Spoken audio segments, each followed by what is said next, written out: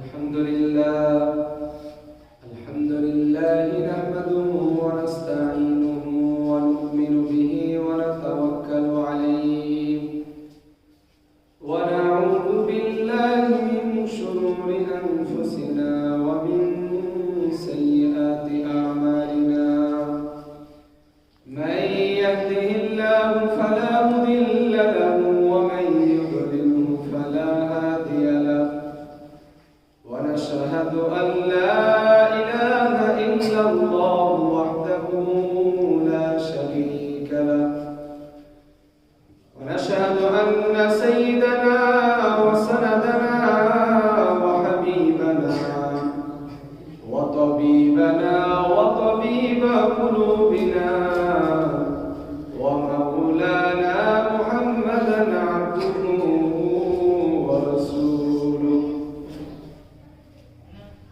أما بعد فقد قال الله تعالى في كلامه المجيد والفرقانه الحميد ولا تقولوا لمن يقتل في سبيل الله أموات بل أحياء ولكن لا تشعرون.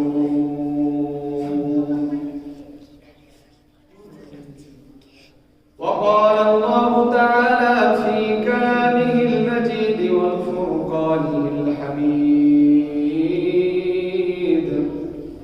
كل نفس ذائقة الموت وإنما توفون أجوركم يوم القيامة.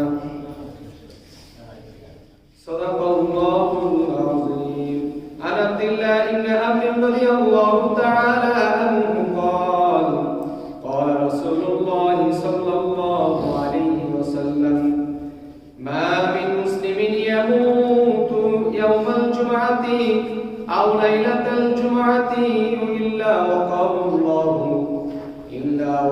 الله فتنة القبر أو كما قال عليه الصلاة والسلام. بسم الله الرحمن الرحيم.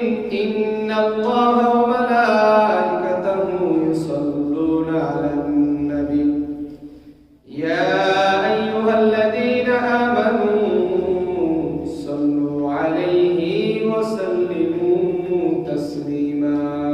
اللهم صل على سيدنا مولانا محمد وعلى آل سيدنا مولانا محمد.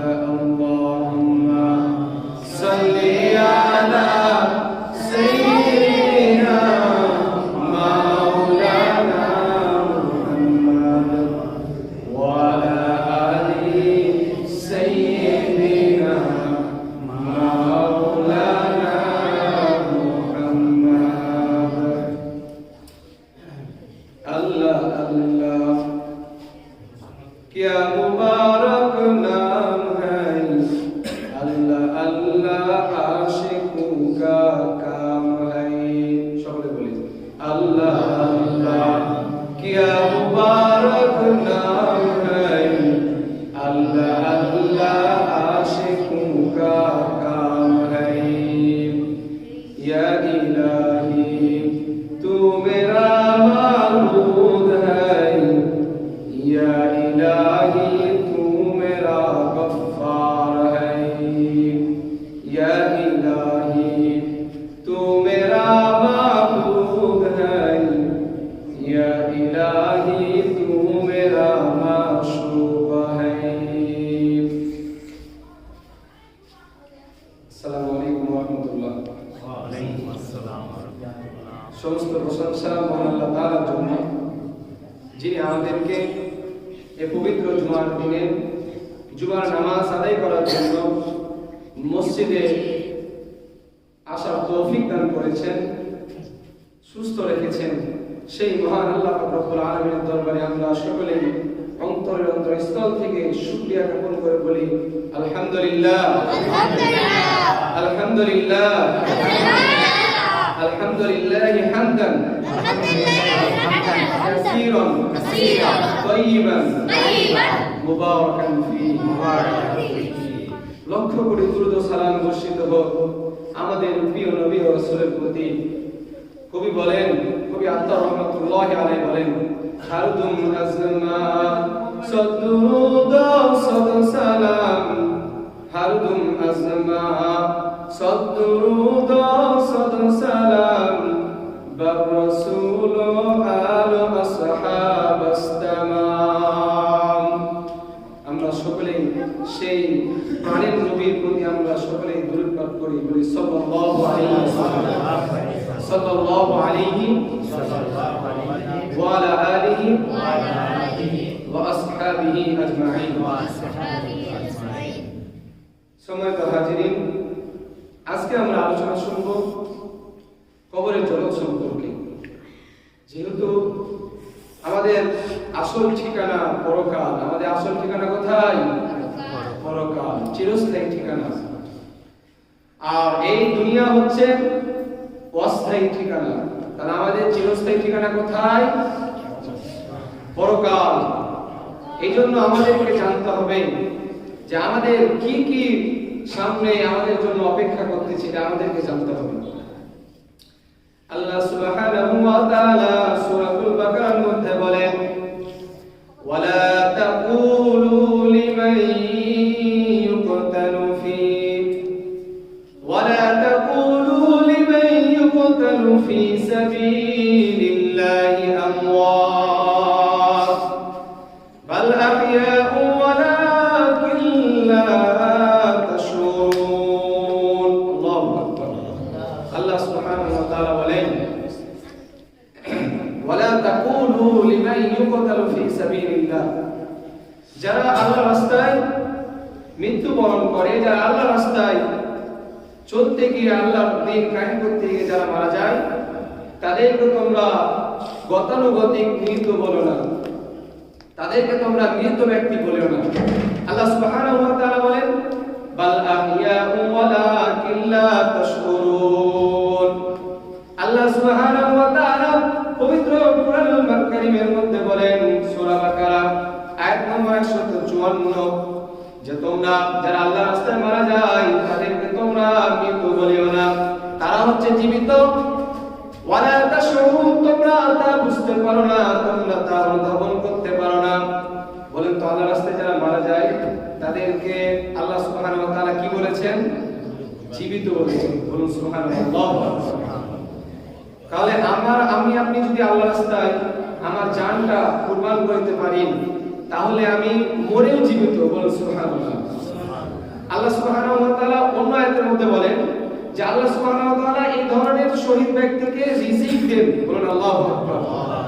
তাহলে এরকম মরণ কার মন চায় না বলতে পারে?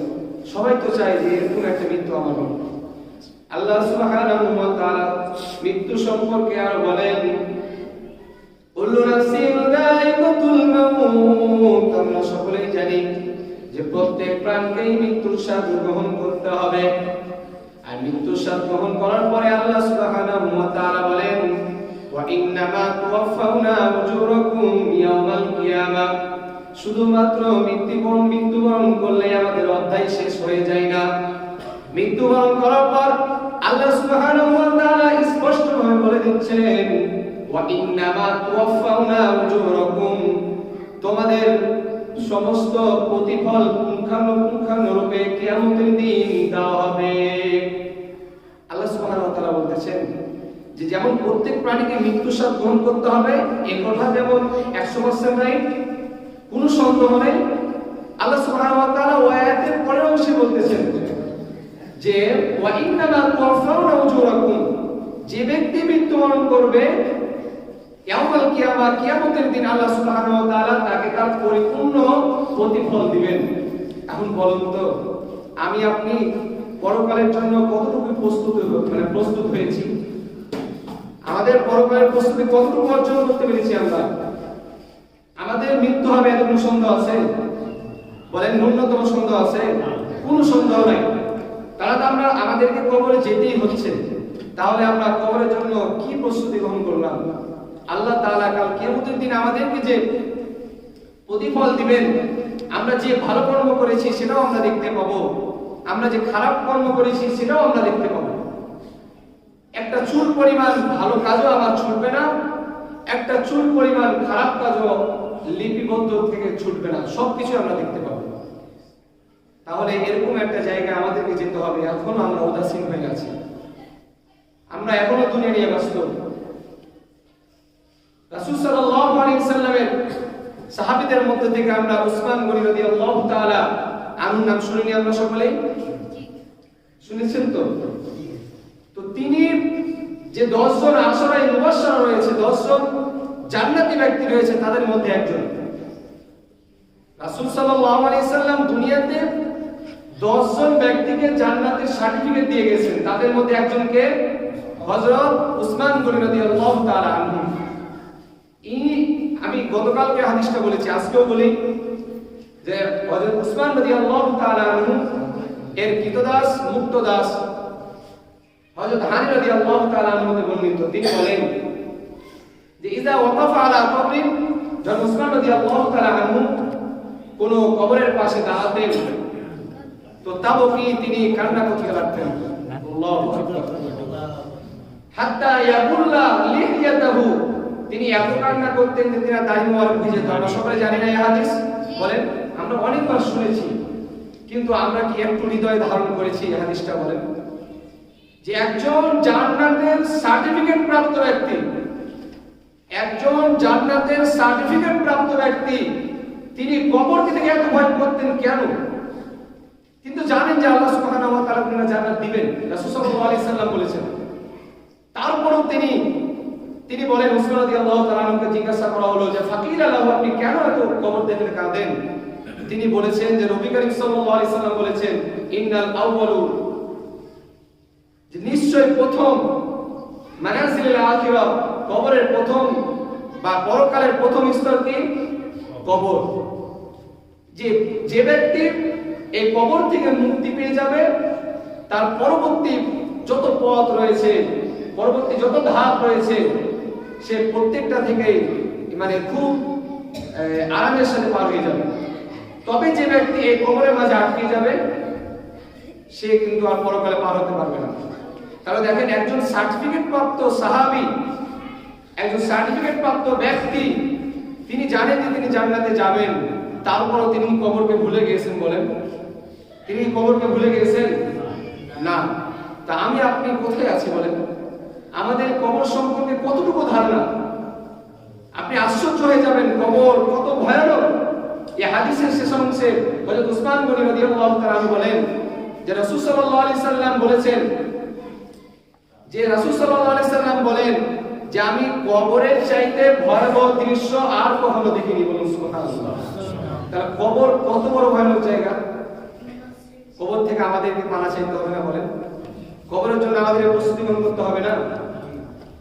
হাদিসের মধ্যে এসেছে, সুনানে তিরমিজি হাদিস নম্বর 2308, হযরত আবু সাঈদ খুদরি রাদিয়াল্লাহু তাআলা আনহু হতে বর্ণিত, তিনি বলেন, দাখাল রাসূলুল্লাহ সাল্লাল্লাহু আলাইহি ওয়াসাল্লাম সাল্লামু, নবী করিম সাল্লাল্লাহু আলাইহি ওয়াসাল্লাম একবারে জানাজায় এসে উপস্থিত হলেন।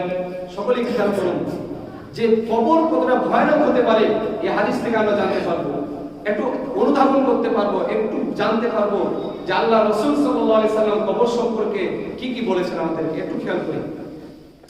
হযরত আবু সাঈদ খুদরি রাদিয়াল্লাহু তাআলা আনহু বলেন, দাখালা রাসূলুল্লাহ সাল্লাল্লাহু আলাইহি ওয়াসাল্লাম মুসাল্লাহু, নবী করিম সাল্লাল্লাহু আলাইহি সাল্লাম একবার এক জায়গায় এসে উপস্থিত হলেন।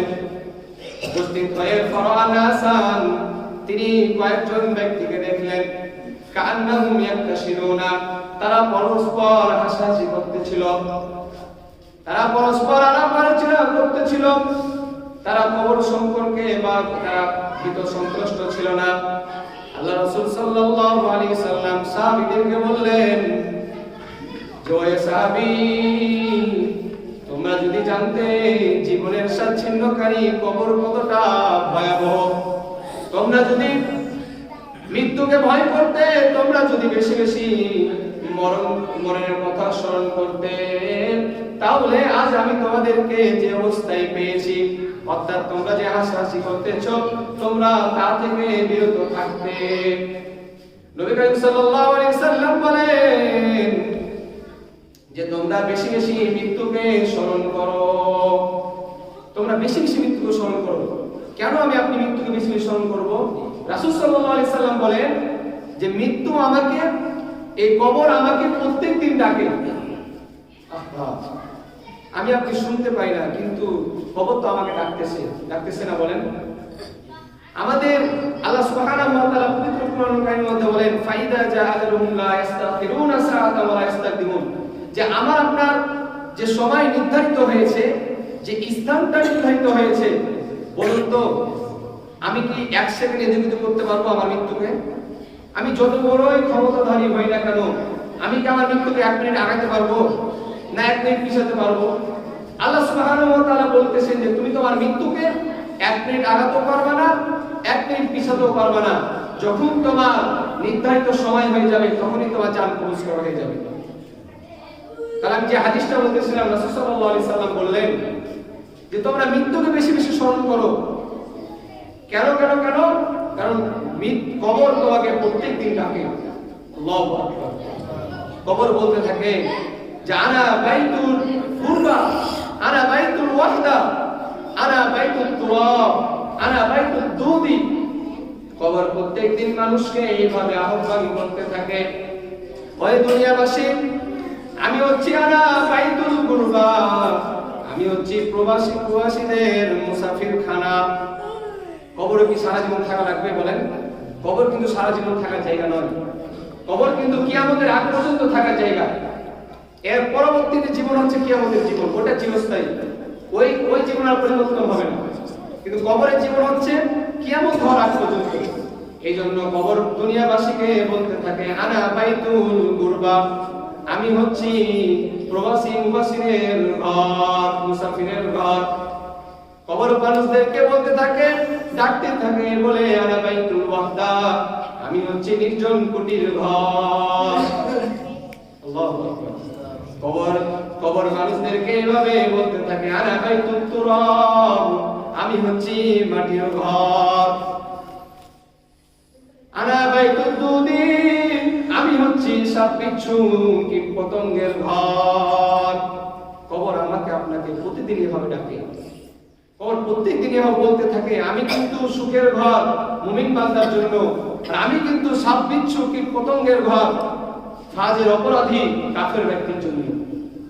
তাহলে আমি আপনি এই হাদিসের আরেকটা অংশ শুনি।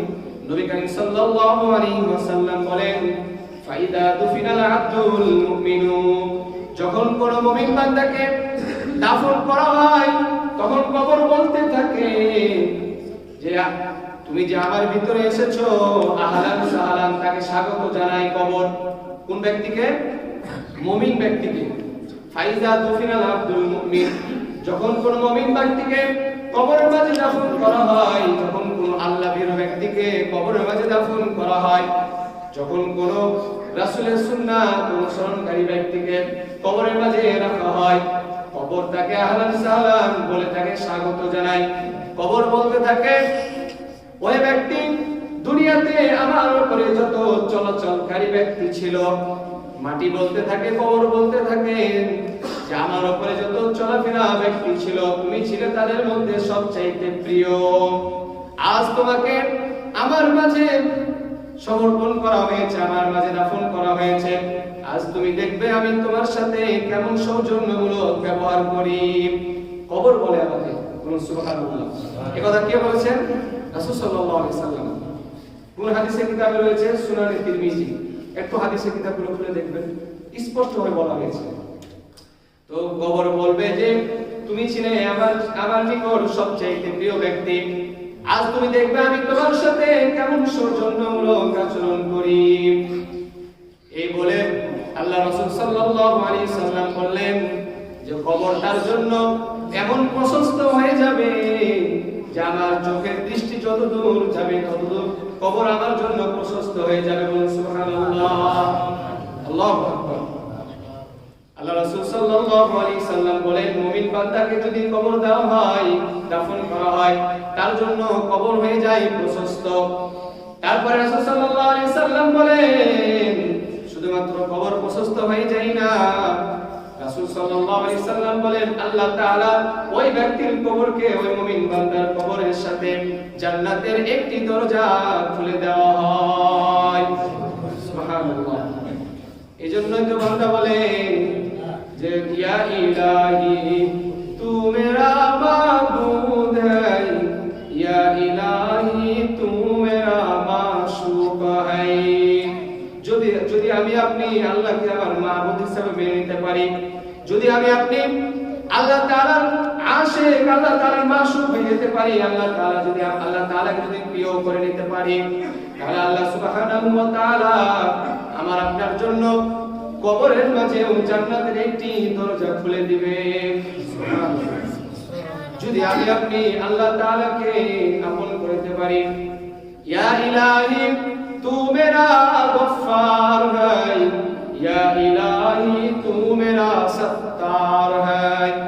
যদি আমি আপনি আল্লাহ তাআলাকে ভয় করতে পারি, আল্লাহ তাআলার দেখানো পথে চলতে পারি, আল্লাহ তাআলার নির্দেশগুলো মেনে নিতে পারি, তাহলে আমি আপনি যদি মারা যাই, তাহলে আমার কবর আমার জন্য জান্নাতের বাগান হয়ে যাবে।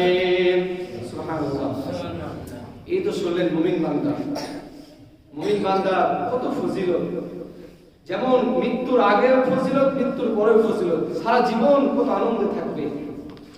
হাদিসের পরের অংশে বলেন যে ফাইদা দুফিনাল ফাজিরু ওয়াল কাফিরু, যখন কোন অপরাধী পাপীকে, যখন কোন অপরাধী পাপীকে এবং গুনাহগার বান্দিকে কবরের মাঝে দেওয়া হয়, কবরের মাঝে দাফন করা হয়, কবর তাকে বলে তোমার জন্য কোনো স্বাগতম নেই, তুমি হচ্ছে ঘৃণিত।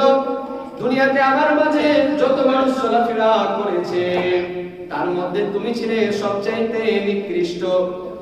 আজ তোমাকে আমার মাঝে দাফন করা হয়েছে, আজ তুমি দেখবে আমি তোমার সাথে কেমন আচরণ করি, কেমন জঘন্য আচরণ করি। কবর মুমিন বান্দার জন্য যেমন সৌজন্যমূলক আচরণ করে, কবর ঠিক তেমনই ভাবে ফাজের অপরাধী কাফের মুশরিক ব্যক্তির জন্য তার উল্টা জঘন্যতম আচরণ করে। কবরের আচরণ কেমন হবে রাসূল সাল্লাল্লাহু আলাইহি সাল্লাম স্পষ্টভাবে বলে দিয়েছেন। নবী করিম সাল্লাল্লাহু আলাইহি সাল্লাম বলেন, কবর ওই ব্যক্তির জন্য এমন সংকীর্ণ হয়ে যাবে, আমরা সকলেই জানি শুনেছি, কিন্তু আমাদের মাঝে কোনো অনুভূতি নেই। কবর ওই ব্যক্তির জন্য এমন সংকীর্ণ হয়ে যাবে যে এক পাঁজরের হাড়গুলো অপর পাঁজরের হাড়ের সাথে মিশে যাবে। রাসূল সাল্লাল্লাহু আলাইহি সাল্লাম দেখিয়েছেন সাহাবীদেরকে এক হাতের কবজি আরেক হাতের কবজির মধ্যে ঢুকিয়ে বলেছেন যে এইভাবে, অর্থাৎ আমাদের বডিগুলো এইভাবে চ্যাপ্টা হয়ে যাবে। আহা, কি পরিমাণ কষ্ট হয় বলেন তো। সামান্য একটু হাত যদি আমাদের কেটে যায় কি পরিমাণ কষ্ট হয়, সামান্য একটা ফোঁড়া যদি শরীরে বের হয় তাহলে কি পরিমাণ আমাদের কষ্ট হয়। একটু চিন্তা করবেন যে দুনিয়া নিয়ে ব্যস্ত হয়ে রয়েছেন, আপনি দুনিয়া অর্জন করেন কিন্তু পরকালকে ভুলে যান না। কারণ এই যে দেখেন আমাদের বাম পাশে কিন্তু ওরাজের গোরস্থান রয়েছে, শুধুমাত্র নিঃশ্বাস বন্ধ হয়ে গেলেই আপনার পরকাল শুরু। এই কবরের আলোচনাই হচ্ছে, কিন্তু এই এতদূর রাস্তা, বেশি দূর না, 5 মিনিটের রাস্তা, নিঃশ্বাস বন্ধ হয়ে গেলে কিন্তু আমার আপনার সাথে এটাই ঘটবে। এতে কোনো সন্দেহ, এই চুল পরিমাণ সন্দেহ নেই। রাসূল সাল্লাল্লাহু আলাইহি সাল্লামের স্পষ্ট হাদিস যে আমি আপনি যদি অপরাধী কবরে যাই, কবর আমার আপনার সাথে এমন ব্যবহার করবে যে আমার একদিকের হাড়টি আরেক দিকের হাড়টির সাথে এভাবে জড়িয়ে যাবে। কি কষ্ট না হবে, একটু চিন্তা করে। নবী করিম সাল্লাল্লাহু আলাইহি সাল্লাম বলেন, জাহান্নামের দরজা ওই ব্যক্তির জন্য খুলে দেওয়া হবে। নাউজুবিল্লাহ। আল্লাহ রাসূল সাল্লাল্লাহু আলাইহি সাল্লাম বলেন, ওই ব্যক্তির জন্য তিননিনান এমন 70টি সাপ নির্ধারণ করে দেওয়া হবে, এমন 70টি বিষধর সাপ, অজগর সাপ সেটা নির্ধারণ করে দেওয়া হবে ওই ব্যক্তির জন্য, যার একটি সাপ যদি দুনিয়ার জমিনে ছেড়ে দেওয়া হয়, এবং নাফাকা ফিল আরদি, ওই সাপ যদি জমিনে একবার নিঃশ্বাস ত্যাগ করে তাহলে ওই জমিনে আর কোনোদিন কোনো ফসল উৎপন্ন হবে না। তো কি পরিমাণ ভয়ানক, একটু অনুধাবন করুন না, একটু চিন্তা করুন। আপনার বয়স কি হয় নাই বলেন? আল্লাহ পাক রব্বুল আলামিন এই যুবক বয়সের সর্বপ্রথম হিসাব নেবে কিয়ামতের দিন। আপনি মনে করেন না যে আমি যুবক, আমি আর একটু বয়স্ক হই তারপর ইবাদত করব। আপনি কি জানেন আপনার মৃত্যু কখন হবে? কেউ কি জানে বলেন? আপনার বয়স হয়ে গেছে, আপনি তারপরও 5 ওয়াক্ত নামাজ পড়তে পারছেন না জামাতের সাথে। একটু কি কষ্ট লাগে না? একটু কি মনের ভিতরে কষ্ট বা একটু কি মনের ভিতরে একটু অনুভূতি জাগে না যে আমাকে এই পাশের অনুষ্ঠানে আর কয়েকদিন পরেই যেতে হবে, এখনই যেতে হতে পারে, তা আমি কি প্রস্তুতি নিয়ে যাচ্ছি কবরে? বলেন। রাসূল সাল্লাল্লাহু আলাইহি সাল্লামের হাদিস থেকে জানা যায় কবরের মধ্যে এমন 70টি সাপ নির্ধারণ করে দেওয়া হবে, যার একটি যদি জমিনে ছেড়ে দেওয়া হয়, জমিনে যদি সে একবার নিঃশ্বাস ত্যাগ করে ওই জমিনে আর কোনোদিন কোনো ফল হবে না। রাসূল সাল্লাল্লাহু আলাইহি সাল্লাম বলেন এই সাপগুলো একদিন 2 দিন নয়, কিয়ামত পর্যন্ত ওই ব্যক্তিকে দর্শন করতে থাকবে।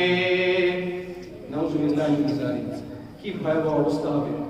আর কবরের মাঝে প্রত্যেক ব্যক্তিকেই মুনকার নাকির প্রশ্ন করবে, মান রাব্বুকা ওয়া মা দীনুকা ওয়া মান নাবিয়ুকা। আমি আপনি যদি প্রশ্নের উত্তর না দিতে পারি তাহলেই তো আমাদের সব শেষ। বলুন তো, আমি আপনি যদি এই দুনিয়াতে আল্লাহকে রব হিসাবে না মেনে চলি, রাসূলকে নবী হিসাবে আদর্শ হিসাবে না মেনে নিতে পারি, আর দিন ইসলাম মোতাবেক যদি না চলতে পারি, আমি কি ওই খবরে যে প্রশ্ন উত্তর দিতে পারবো? হ্যাঁ বলেন, সম্ভব দেওয়া সম্ভব? কোনোদিনও সম্ভব নয়। আপনি যদি এই দুনিয়াতে আল্লাহকে রব হিসাবে মেনে চলতে পারি, রাসূলকে রাসূল হিসাবে মেনে চলতে পারি এবং দিন ইসলাম মোতাবেক যদি চলতে পারি, তাহলে একমাত্র সম্ভব যে আপনি কবরের মাঝে গিয়ে এগুলো প্রশ্ন উত্তর দিতে পারবেন। তাছাড়া জীবনেও সম্ভব না। এই জন্য আমাকে আপনাকে এখনই সজাগ হতে হবে, এখনই আমাদেরকে প্রস্তুতি গ্রহণ করতে হবে। যদি আমি আপনি প্রস্তুতি গ্রহণ না করতে পারি তাহলে এই রাসূলের হাদিস শুনলাম, মুমিন ব্যক্তির জন্য কবর যেমন জান্নাত। হাদিসের শেষ অংশে রাসূল সাল্লাল্লাহু আলাইহি সাল্লাম বলেন, ইন্নাল কবরা রাওযাতুম মিন রিয়াজিল জান্নাহ। নিশ্চয়ই কবর হচ্ছে জান্নাতের বাগানসমূহের মধ্যে থেকে একটি বাগান, অর্থাৎ মুমিন ব্যক্তিদের জন্য। এবং রাসূল সাল্লাল্লাহু আলাইহি সাল্লাম হাদিসের শেষ অংশে বলেন যে দ্বিতীয় ব্যক্তিদের জন্য হচ্ছে যে হুফরাতুম মিন হুফারিন নার, জাহান্নামের আযাবের মধ্যে থেকে একটি আযাব হবে কবর। কবর হচ্ছে 2 রকম। কবর কয় প্রকার? 2 প্রকার। মুমিন বান্দার জন্য জান্নাতের বাগান, আর ফাজের অপরাধী গুনাহগার কাফের ব্যক্তির জন্য জাহান্নামের বাগান। এখন আপনারা একটু চিন্তা করুন যে আপনারা কোথায় যাবেন। আপনারা যদি জান্নাতে যেতে চান, জান্নাতের বাগান পেতে চান, তাহলে কোনো অপশন নাই, আল্লাহ রাসূলের বিধান মেনে চলতে হবে। এই সামনে আমাদের আসছে 1 জানুয়ারি। এই 1 জানুয়ারিতে বলুন তো আমাদের কি পরিমাণ অপসংস্কৃতি চর্চা হবে, আমাদের কি পরিমাণ কুসংস্কার চর্চা হবে। রাসূল সাল্লাল্লাহু আলাইহি সাল্লাম বলেন, মান তাশাব্বাহা বিকওমিন ফাহুয়া মিনহুম। যে ব্যক্তি যে কওম যার অনুসরণ করবে, কেউ যদি ইহুদি মুশরিকদের দেখানো পথ অনুসরণ করে, রাসূল সাল্লাল্লাহু আলাইহি সাল্লাম বলেছেন ফাহুয়া মিনহুম, সে তাদের মধ্যে গণ্য হবে। তাহলে আমি আপনি কি চাই ইহুদি খ্রিস্টানদের মতে চলতে? বলেন চাই? আমরা কি তাদের দলে অন্তর্ভুক্ত হতে চাই? তাহলে এই যে 1 জানুয়ারি বা বিভিন্ন যে অপসংস্কৃতি রয়েছে, যেগুলো বিধর্মীদের অনুষ্ঠান, সেগুলো কিন্তু পালন করা যাবে না। বলেন পালন করা যাবে?